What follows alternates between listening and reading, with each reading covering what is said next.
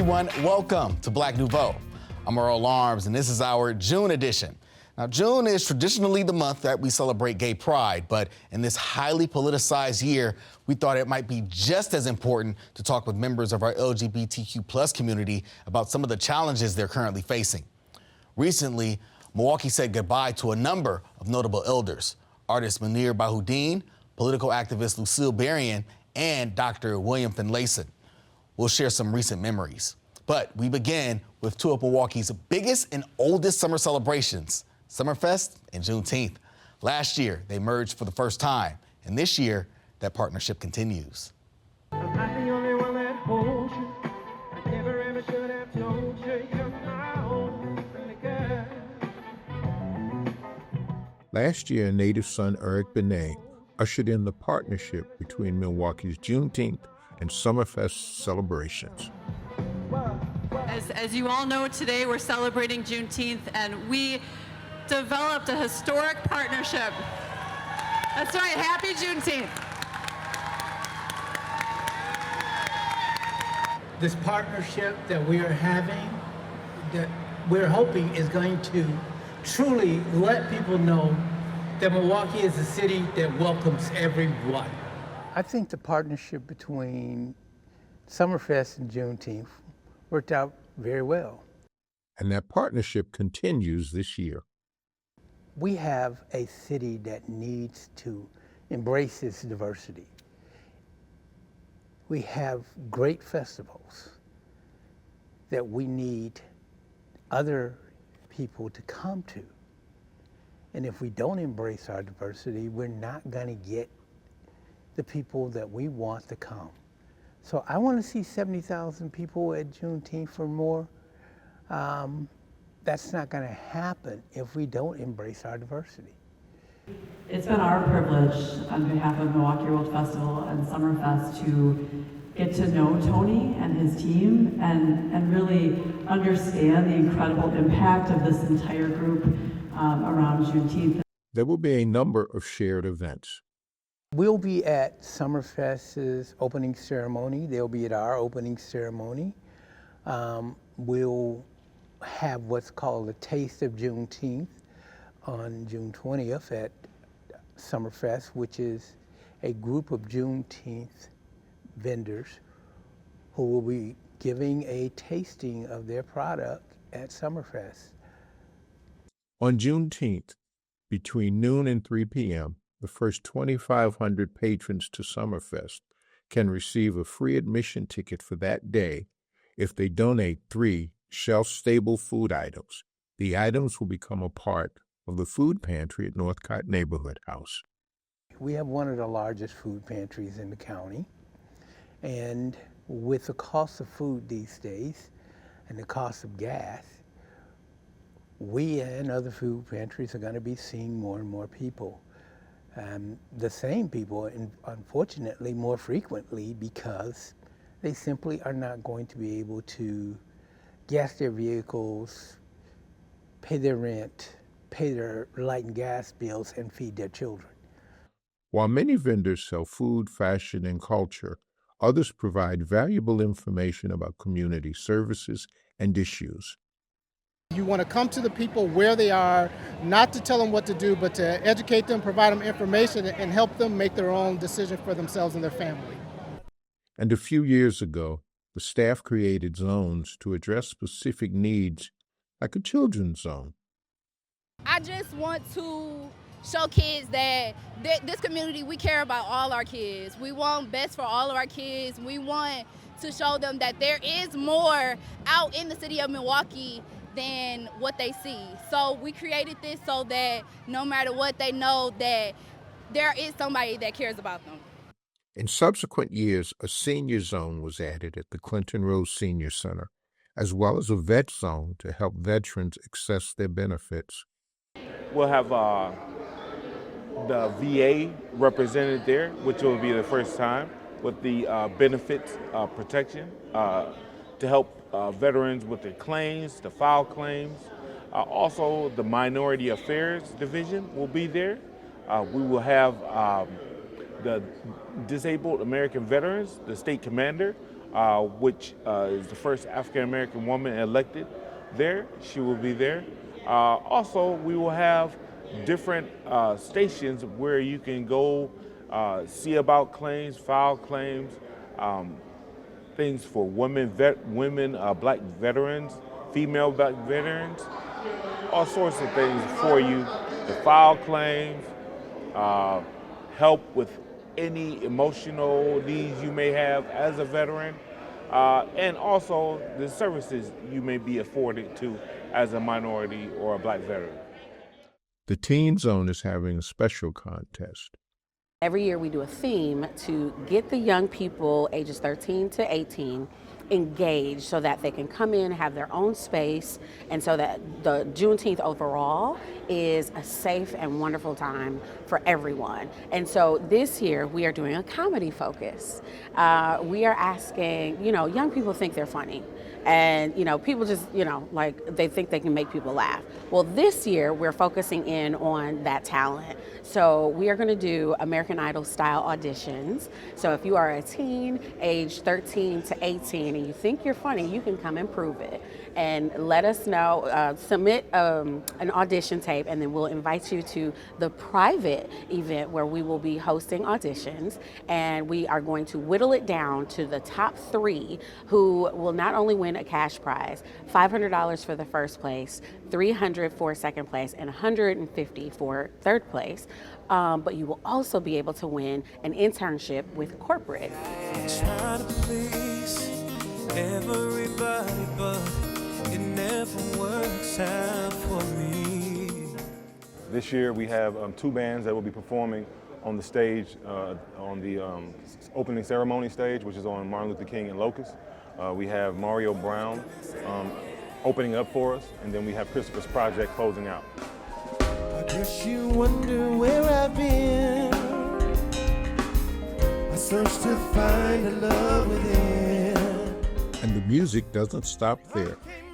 After June 19th, a lot of times the conversation of Juneteenth ends, and Mr. Kearney, executive director of Northcott, he wanted to prolong the conversation. So it's our 5th annual Summer Cultural Music Series. It's at Clinrose Park. It will be starting June 20th. It goes 11 Saturdays. It goes all the way into August 29th. It's from 2 p.m. to 6 p.m. every single Saturday. And then the last concert series is August 29th, and it's a gospel edition. And it goes from 12 p.m. to 6 p.m.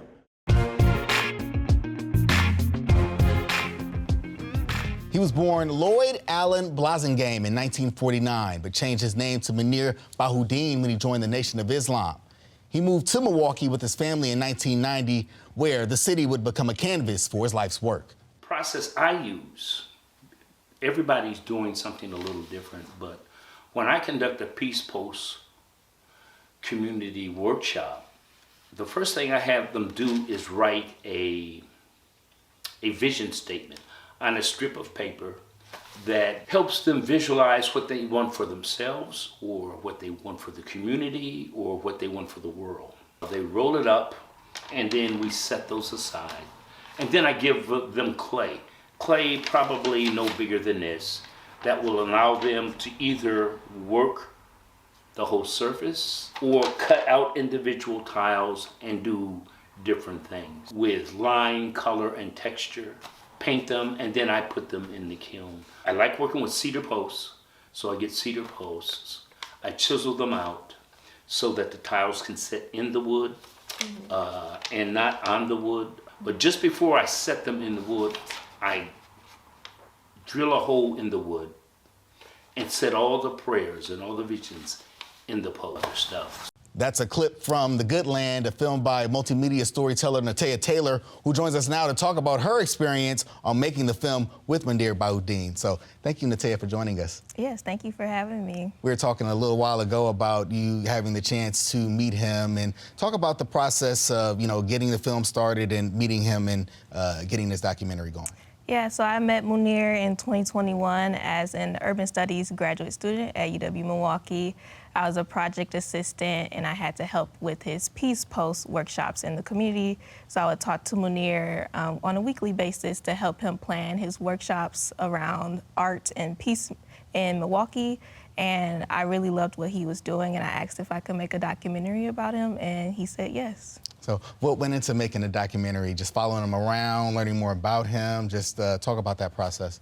So because I was a project assistant for 2 years, I had already built an established relationship with him, had been to his studio and learned a lot about his practice. So it was really natural. We just set up a time to do the interview at his studio, and then I participated in one of his Peace Post workshops to get some B-roll footage of him in action.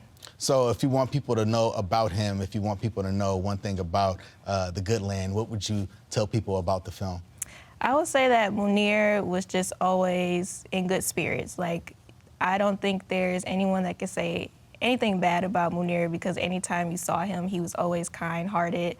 And anytime you left from seeing him, it was always, you felt better. And he was always very intellectual. So when you watch the film, you'll learn not only about his practice, but also just about his intellect as well. Anything else you want to share about him or the film? Well, I just want to say it was a pleasure being able to know him for the past 5 years, and there's currently a GoFundMe for a foundation that his children have started. So if people want to donate to that to continue his legacy, that would be amazing. Thank you so much for joining us, Natea. Thank you. Lucille Berrien was a political activist and a member of the Black Panther Party. She was the first Black woman to run for mayor against Henry Meyer. Now, we don't have any video footage of her, but local historian Dr. Sandra Jones discussed her importance on one of our programs recently. Lucille has a history of activism in the city of Milwaukee. She migrated to Milwaukee from Florida in about the 1950s, and her whole history here, she's contributed a lot to the history of Milwaukee, has been fighting for the rights of people, fighting for the rights of African Americans in the city of Milwaukee. She worked in the area of housing. She worked in the area of welfare rights. She was one of the founding members of the National Alliance Against Racist and Political Repression, which grew out of the national movement to free Angela Davis. She was the first African-American woman to run for mayor in the city of Milwaukee back in the day. She also ran for Wisconsin State Treasurer in, I think it was 1990s. And her whole life has been giving to the community that she has loved. That is a pretty profound and extensive history, so happy to learn that. And we dug into our Milwaukee PBS files for this interview with our third ancestor, Dr. William Finlayson. He and his wife were guests on I Remember. His wife, Edith Finlayson, preceded him in death in 2001. He originally is from Florida, she from Ohio. They met at the Meharry Medical College in Nashville, Tennessee. William Finlayson was a third-year medical student. Edith Norman was studying at the School of Nursing. They married in 1952 and pursued careers in medicine. He in obstetrics and gynecology, she in areas such as surgical nursing and nursing education. Their family grew to include 2 sons. It was in 1958 that a group of African-American physicians in Milwaukee invited William Finlayson to join their medical practice. The Finlaysons moved to Milwaukee from Minnesota and soon found themselves involved in a vast array of civic and civil rights projects. In 1964, Dr. Finlayson invited former Morehouse University classmate Dr. Martin Luther King Jr. to speak at Milwaukee's auditorium. Dr. King came. Mrs. Finlayson was in charge of security. The Finlaysons have known many famous people, including Archbishop Desmond Tutu and author Alex Haley. In 1970, Dr. Finlayson was instrumental in opening and sustaining the North Milwaukee State Bank. He served as the board chairman 23 years. Mrs. Finlayson has served in dozens of leadership roles in the community, including as a member of the UW System Board of Regents. Both have received the Human Rights Award from the National Conference of Christians and Jews. Perhaps one of their most memorable accolades comes from son Reggie, who once wrote, in part, "Behind the man, she was the woman. He marched and spoke and demonstrated. His race concerns were clearly stated. The story, a life unfolds, with trials and triumphs, some call bold." Did you find when you came to Milwaukee that as a black physician you were readily accepted? Well, there were some difficulties. When I first came, there were very few black physicians on some of the better hospitals. And we were well trained, like there were many others here at the time who were well trained. And we managed to break the ice on a couple of those hospitals. Yeah, you were the first black physician on a couple of the hospitals. Yes, yes. And it's gone fairly well. He's known as the baby doctor of Milwaukee. Some 10,000 babies are born. My daughter even has been born by him, and everybody seek Dr. Finlayson out when they're about to have a child for his gentleness, his love, his charity. He really does take good. For example, he invited me into the operating room when my daughter is born, and I obviously were taking pictures, but he told me to put my camera down, and he actually handed me my baby, just pulled my baby out of my wife's belly and handed me the baby, said, "Here, what you gonna do with her now?" Of course, you know, I haven't gotten rid of her yet. But he empowered me to begin to think about the responsibility of being a father and the awesome joy in loving your children and loving my daughter, obviously.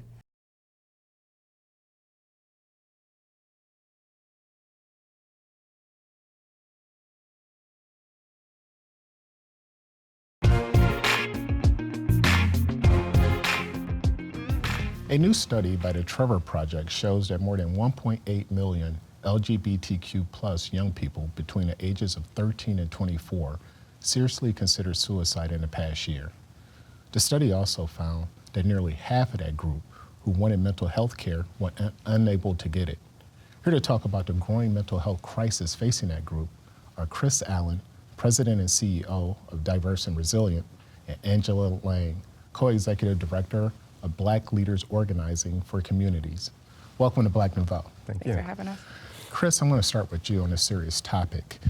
One of the alarming findings in this study is that 39% of young people in this group seriously considered suicide in the past year. What do you think is contributing to that? Yeah, there's a couple of factors that's contributing to that, and one of the biggest factors right now is the way that LGBTQ plus individuals are being portrayed in the media, in politics, and the discourse surrounding our lives. There are a lot of political debates right now about whether LGBTQ plus individuals should have certain rights. There are over 700 plus bills across this country that are targeting LGBTQ plus individuals and trans individuals specifically. And so those messages get internalized. We start to believe those things about ourselves, that we're not worthy of rights, that we are less than, and that messaging wears down on us. And so it takes a mental toll, and that minority stress, that stress that we feel by operating in this world and not feeling like we belong, can lead to maladaptive coping techniques as well as suicidal ideation and attempts. Angela, I'm going to go to you. So the study also found that half of these youth who wanted mental health services could not get them. Mm-hmm. Is that due to a lack of not having enough services provided, them not knowing about it? What's contributing to that? I think it's a few things. I think there's always more opportunity to have more mental health resources for people. But also at the same time, I think people don't always know where to go. And especially if you're in the middle of a crisis, if you are an LGBT plus youth that got kicked out of the house, you may not know where to go. You may not know where a safe place actually is and even know that those resources are available. And we've seen, as Chris said, a lot of this rhetoric, whether it's politically or even interpersonally, can make it very hard for people to seek treatment and know what's actually available to them. Chris, one thing that they talk about as well is this idea of anxiety, depression, things like that. How can you sense that that's coming on in these youth? What needs to be done to address that? Yeah, there's a number of things that you can do to address it, and one of it is just really being mindful of what is typical behavior that you see from these young people. Because some people are just more quiet, more shy, and just naturally withdrawn. But when you start to notice young people or even adults that are starting to pull away from loved ones, from things that they're interested in, engaging less in their their community, those are often signs that they might be dealing with something. And it's important to ask. You should never be afraid to ask, like, how are they doing? How are they feeling? What's going on in their world? To really get a picture of what they're going through. You had mentioned politics a little bit, the political debates that's going on and everything going on right now. Politics is playing a huge role in this conversation, and 90% of the youth who were interviewed for this survey said that politics is really depressing to them. Yeah. What does that sound like? What are we hearing? What are they hearing? They're getting messages that take away a hopeful feeling. When young people are thinking about their future, they're thinking about the loved ones that they're going to have, the family that they might build, the future that they're going to create for themselves. And a lot of these political debates risk taking away that future for some LGBTQ plus individuals. There's conversations around, trying to overturn same-sex marriage. There's conversations about whether trans individuals can actually seek gender-affirming care and become the person that they know they are. And so all of these debates are leading to the LGBTQ community feeling like that hope for a future where they can live their dreams and just live happy and thrive. It's feeling bleak because there's real fear that could be taken away. Angela, for someone who's watching the show right now, who may have a child going and experiencing some of these problems, what would you tell them to talk to their child about? First of all, just show how much you love them unconditionally, see them for who they are, and don't waver in your love and support for them. I think there are times, especially in the Black community, people may not understand, or they may not be used to having, an LGBTQ plus child, but understanding that that is a child. At the end of the day, that is your child that needs love and care and support. And I think, now that we're in Pride Month, understanding that this is a time for celebration. It's also a time for history and reflection. And I'm hoping that people can feel more seen by their loved ones. And not everyone is in a position to be out, necessarily, but hoping that they can have whatever private support that they can have. And if you are a parent, just show up and listen, I think is the big thing, because a lot of folks, everyone, even adults, just want to be seen and heard for who they are. Yeah. Now, these numbers are pretty shocking, but they're even higher for trans individual, non-binary. Why are those numbers higher for that group? I mean, I think that's a big question in regards to how many extra challenges, right? There's layers to identities, and we see that there is a huge support for, let's say, gay marriage and same-sex marriage, but we saw trans folks being left out of that conversation. We see an increase in hate crimes in Black trans women.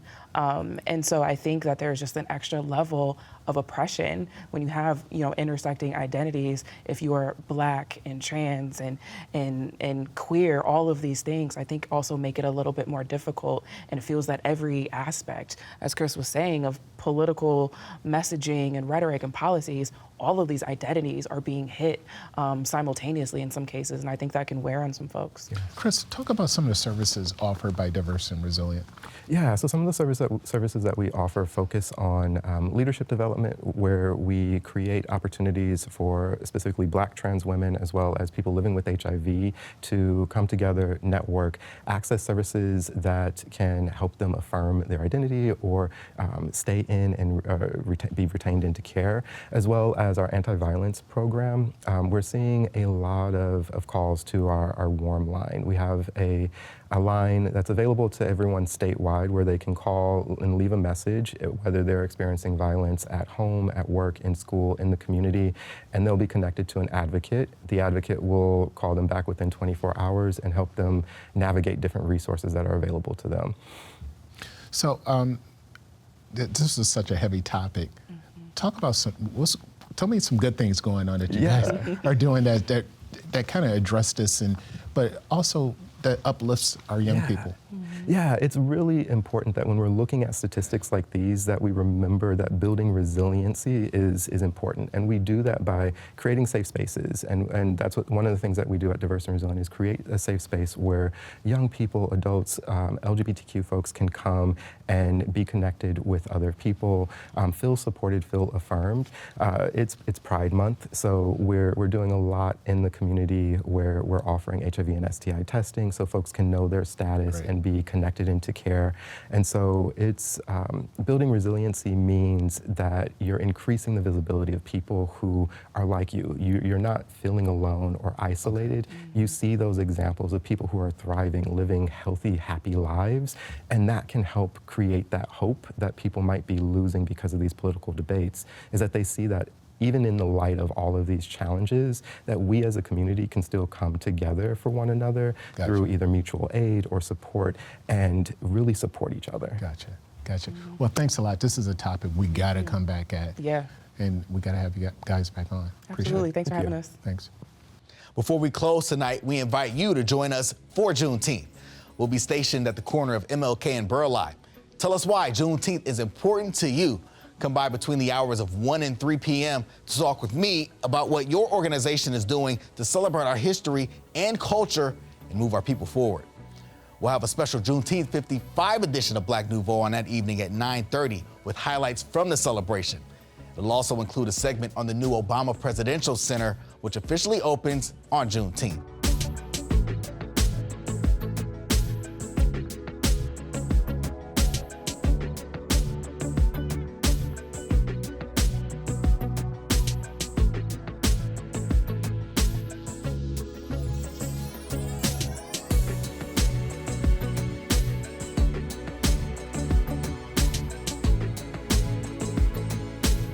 I am excited and I'm looking forward to kids from Milwaukee being able to travel down and come down the Kennedy Expressway to come here to the Obama Presidential Center to learn so much and to be able to explore and to be able to be engaged, and then to be able to go back to Milwaukee and understand that they are going to be our future leaders. Then remember to check us out across all of our digital services. Have a great evening and, of course, a happy Juneteenth.